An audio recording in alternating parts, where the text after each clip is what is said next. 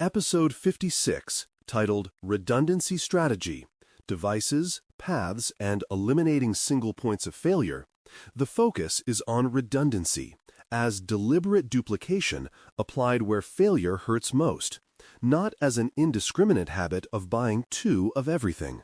Redundancy is an architectural decision that trades cost and complexity for resilience, and the exam tests whether you can apply it thoughtfully to eliminate single points of failure. Single points of failure are not only obvious devices like a lone router, but also quiet dependencies that, when unavailable, make everything else irrelevant.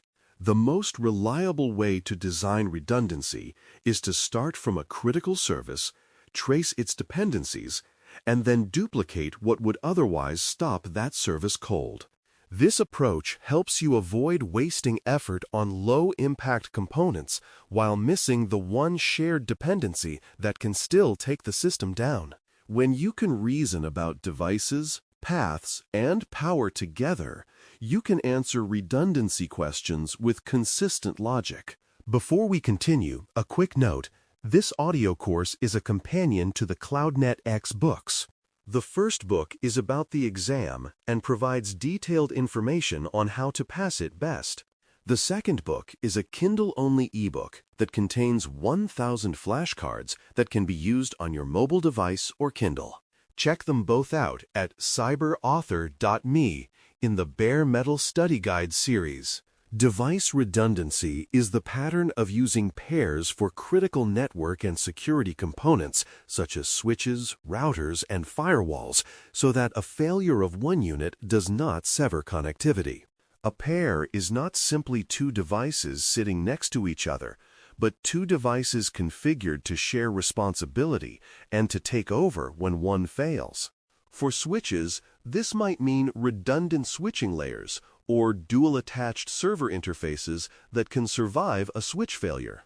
For routers, it often means redundant gateways that can continue forwarding traffic if one router fails or is rebooted for maintenance.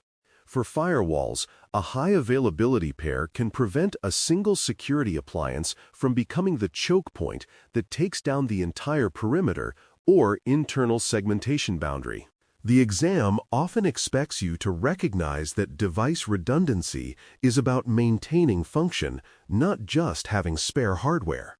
A cold spare in a box does not help availability if recovery time objectives require continuity. Device redundancy must also be operationally supported with monitoring and tested failover behavior to be meaningful. Path redundancy focuses on having more than one route for traffic, ideally through diverse physical paths and carriers, so that a single cut or provider outage does not isolate a site. Paths can be redundant at multiple layers, including redundant uplinks between network tiers, redundant interconnects between sites, and redundant external internet or wide area connections. Diverse routes matter because two links that share the same conduit or pole line can fail together when that physical segment is damaged. Carrier diversity matters because two circuits from the same provider can share upstream dependencies even if they terminate on separate ports in your building. The exam tests this by describing two links that still fail together and asking what is missing. And the answer is often true diversity rather than mere duplication. Path redundancy is about independence, not just count. When you design redundant paths, you should be able to explain what failures each path avoids and what failures still remain shared. Power redundancy is another major dimension because even perfectly redundant network devices fail if they share the same power feed.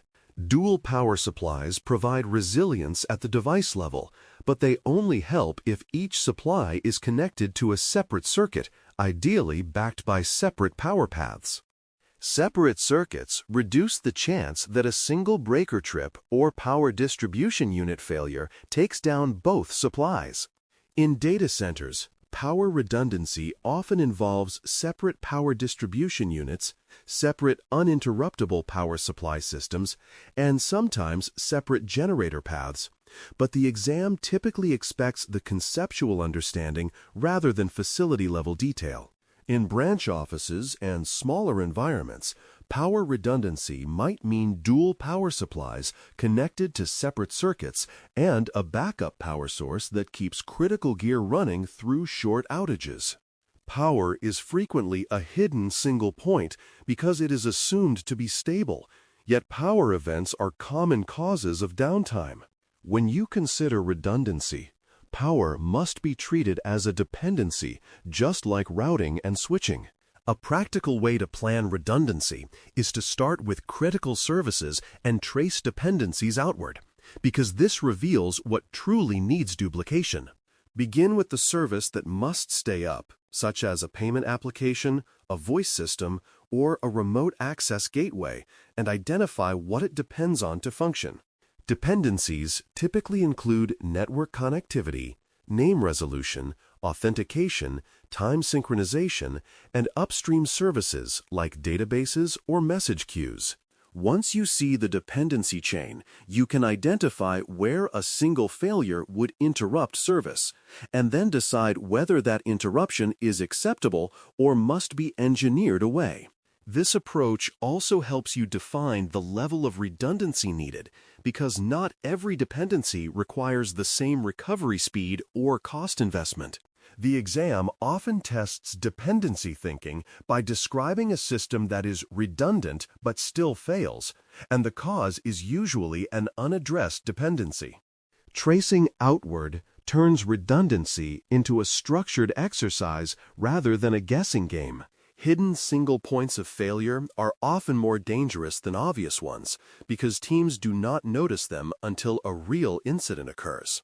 Domain name system, which resolves names into addresses, can be a single point if there is only one resolver, only one zone host, or only one path to reach name services. Identity services, such as directory authentication and token issuance, can be a single point if a single identity provider or single federation endpoint is required for logins across systems. Time services, such as network time protocol synchronization, can be a single point because time drift breaks authentication, certificate validation, and logging correlation in ways that can halt operations. These services are often treated as utilities, but utilities are exactly what many systems rely on simultaneously, which makes them high-impact failure points. The exam expects you to recognize that high availability is end-to-end and includes these shared services. When you can list hidden dependencies and explain why they matter, you can spot the real weakness in a topology description. A clear scenario is removing a single firewall choke point by implementing a high availability pair that can take over seamlessly when one unit fails. In many designs, all traffic between networks passes through one firewall, which means that firewall becomes a single point of failure regardless of how redundant the rest of the network is. By deploying a matched pair and configuring state synchronization, the pair can maintain sessions and continue enforcing policy even if one unit fails or must be rebooted. This also supports maintenance because firmware updates and rule changes can be staged with less downtime if failover is planned and tested. The exam often frames this as the firewall fails and the site is down, and the expected remediation is to eliminate that choke point with high availability configuration. The important nuance is that the pair must be designed so that interfaces, routes, and power are also redundant. Otherwise, the pair becomes redundant in name only. True elimination of the choke point means the traffic path can continue through the surviving firewall without manual rewiring or long reconfiguration. When you can describe how the pair maintains service, you are applying redundancy thinking correctly. Another common scenario is adding a second wide area network link for branch resilience so that a provider outage or line cut does not isolate the branch. Branch offices often rely on one internet connection, which becomes a single point for everything from cloud access to voice services and remote management. Adding a second link can provide failover and can also support load sharing when both links are healthy, depending on design and policy. The key is ensuring that the second link is truly independent, ideally from a different carrier, and using a physically diverse path so that a single upstream event does not take down both links. Failover logic must also be tuned so that it detects real outages quickly without flapping during transient issues. The exam often tests branch scenarios because they are common and because the single point is easy to describe, but the best answers still emphasize diversity and tested failover. A second link is only valuable if the branch can actually route traffic over it when the primary fails, and if critical services such as domain name system and identity remain reachable over that alternate path. Redundancy here is about continuing business operations at the branch, not about theoretical connectivity. A pitfall that undermines device redundancy is when redundant devices share the same rack power feed, which recreates a single point of failure at the power layer. Two devices can be configured as a high availability pair and still both go dark if the single power strip, circuit, or power distribution unit feeding the rack fails. This is why power redundancy must be considered alongside device redundancy, because the shared dependency can negate the benefit of having two devices. The exam tests this by describing redundant devices that fail together during a power event, and the correct reasoning points to shared infrastructure. Separating power feeds, using separate circuits, and ensuring dual power supplies are connected to independent sources are how you avoid this pitfall. The broader lesson is that redundancy is not about quantity, it is about independence, and power is a frequent point of hidden dependence. When you design redundancy, you should always ask what shared dependencies could still take out both sides simultaneously. If you cannot answer that, you do not yet have real redundancy. A similar pitfall affects path redundancy when redundant paths converge at the same conduit, trench, or upstream aggregation point. Two circuits may enter a building through the same physical route, meaning a single construction accident or conduit failure can sever both links. Two internal network paths may also converge on the same upstream switch or patch panel, meaning one failure can break both redundant links. The exam often uses this pitfall to test whether you understand that path redundancy is physical as well as logical. Achieving true diversity often requires coordinating with providers for diverse entry points or routes, and it may require physical planning within a facility. Even in cloud environments, the equivalent is ensuring diverse paths through gateways and avoiding a single shared virtual appliance that all traffic must traverse. When you see two links described, you should immediately ask whether they share a physical or logical convergence point. Redundancy that converges too early is redundancy on paper, not in failure reality. Quick wins for building a sound redundancy strategy include mapping dependencies and testing failure scenarios quarterly so assumptions are validated before they are needed. Dependency mapping can be done at the service level by documenting what a service needs to function, including network paths, name resolution, authentication, time, and upstream services. Testing failure scenarios means intentionally disabling components, failing over links, or simulating outages to verify that redundancy behaves as expected and that recovery time objectives are achievable. Quarterly cadence is a useful mental model because it is frequent enough to catch drift, patch-related changes, and topology evolution without being so frequent that teams abandon it. These tests also reveal standby rot and configuration drift in redundant pairs, which are common causes of failover failures. The exam expects you to recognize that redundancy must be tested, because untested redundancy is often broken.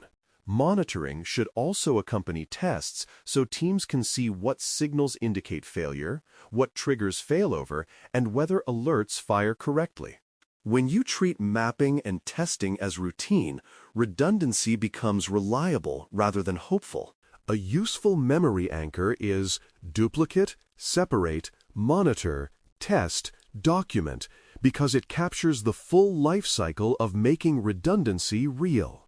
Duplicate reminds you to add another component, path, or power source where failure would be unacceptable. Separate reminds you that duplication must be independent, avoiding shared racks, conduits, carriers, or upstream dependencies that cause correlated failure. Monitor reminds you that redundancy must be observable so you know when you are running degraded and when failover is occurring. Test reminds you that failover behavior must be exercised regularly to catch drift and operational gaps. Document reminds you that teams must understand the design, the intended failure behavior, and the recovery procedures, especially under stress. This anchor helps you answer exam questions because it pushes you beyond add another device into the deeper question of whether the redundancy actually survives the described failure. When you can apply each word to a topology, you can identify weak points quickly. To apply the strategy, imagine being given a topology description and asked to identify single points of failure, and the best approach is to trace the dependency chain rather than scanning only for lone devices. Look for any component that, if it fails, prevents traffic from reaching critical services, such as a single firewall, a single core switch, or a single upstream router. Then look for shared services like domain name system resolvers, identity providers, and time sources that might exist as only one instance or only one reachable path. Next, look for shared power and physical path dependencies, such as both devices on the same power feed or both circuits in the same conduit. Finally, consider operational single points, such as a single configuration authority or a single change process that can take down both sides simultaneously if applied incorrectly. The exam expects you to find both obvious and hidden single points and to propose redundancy that eliminates correlation rather than just adding more boxes. When you can explain why something is a single point and what independence is required to remove it, you demonstrate the reasoning the exam is designed to test. This is how you turn redundancy from a shopping list into architecture. To close episode 56, titled Redundancy Strategy, Devices, Paths, and Eliminating Single Points of Failure, the essential approach is to apply deliberate duplication to the parts of the system where failure would cause unacceptable impact, and then ensure that duplication is truly independent. Device redundancy uses pairs for switches, routers, and firewalls, so a single unit does not stop service, but it must be backed by independent power and correct failover behavior. Path redundancy uses diverse routes and carriers, so a single cut or provider outage does not isolate connectivity, and it must avoid early convergence points that recreate correlation. Power redundancy uses dual supplies and separate circuits to prevent a single power event from taking out both sides of a redundant design. Starting with critical services and tracing dependencies outward reveals hidden single points like domain name system, identity, and time services that can halt operations even when the network appears redundant. Mapping dependencies, monitoring, and quarterly failure testing turn redundancy into verified resilience rather than assumed safety. Your rehearsal assignment is a dependency walk exercise where you pick one critical service and narrate every dependency it needs. Then state which are duplicated and which still represent single points, because that narration is exactly how you demonstrate a complete redundancy strategy. Thanks for listening. For more audio courses, daily newsletters, and more, please visit baremetalcyber.com.